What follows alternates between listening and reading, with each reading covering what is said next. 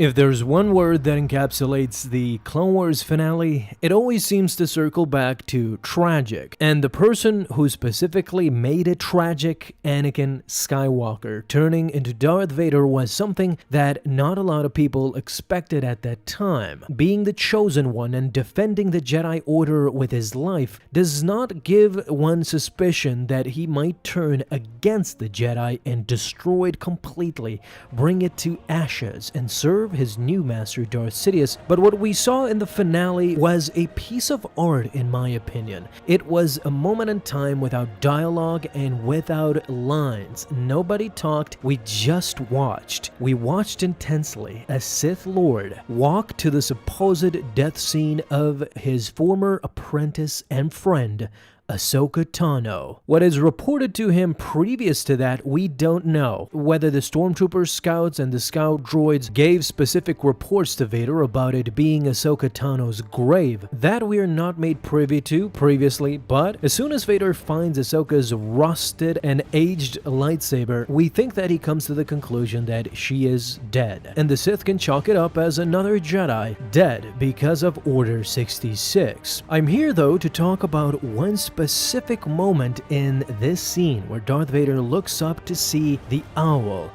representing Ahsoka and subsequently the daughter from the Mortis arcs. These connections have been made previously, but as he is looking up, beyond his red visors in his eye area, you can kind of get a glimpse of Vader's human eyes. In what many have speculated, especially in my comments when I posted the reviews, many have speculated that they have seen not only Vader's eyes but Anakin's eyes, thinking that these are blue eyes underneath. Now, I'm not here to debate the color of his eyes at this moment. You can think that they are blue or that they are Sith, yellow-orange, filled with darkness. Either way, the red doesn't give it much validity. Both the color blue and yellow of his eyes indicate brightness. We can see his eyes in both ways, in blue and even if they are yellow. And what gave me the idea to make this video is what many speculated on Reddit and on the comment section is that at this moment we are not watching Vader, we are watching Anakin Skywalker being brought back just for a second, reminded of Ahsoka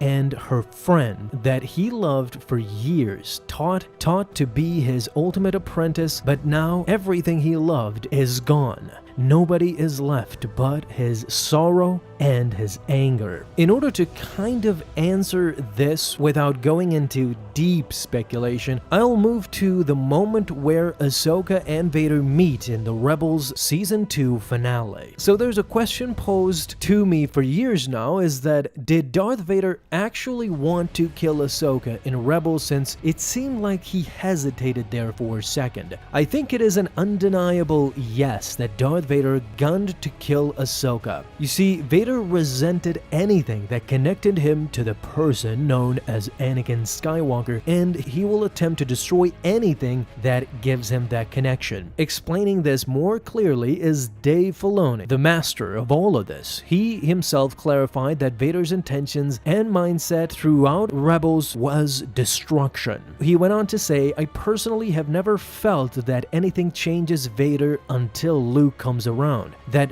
the Vader that we encounter in Rebels was always meant to be the one devoid of emotions, except for anger, hate, and suffering. That he was so trapped inside himself because of the terrible things that happened. Anakin never thinks of himself as betraying his friends in Revenge of the Sith. He sees it as his friends betrayed him and the Republic. He has to live on that side of the fence because the truth is just too damning." And Filoni gives a final indication about Ahsoka. He says, so he wants to destroy Ahsoka because she represents his past. She represents knowledge of who he was, and he wants to wipe that out completely. His son represents a potential future because his son wouldn't know who he really was in the past, so he could build a new galaxy together with his son. His apprentice, meaning Ahsoka, is his past and he needs to destroy her. Dave Filoni clearly explains here that Vader ultimately, I don't think, felt any remorse about finding Ahsoka's final resting place in this crash. He accepted her death. Now, there's a possibility where we can talk about him being confident in Ahsoka's death. He might have suspected this to be a ruse from Ahsoka, since he knew how clever Ahsoka was, but as far as he was concerned, he reported to his master Sidious that one more Jedi can be crossed off the list, since Ahsoka was a priority member to be killed after Order 66. We all know how personal Vader takes these Jedi matters. Ahsoka and Obi-Wan were his priorities.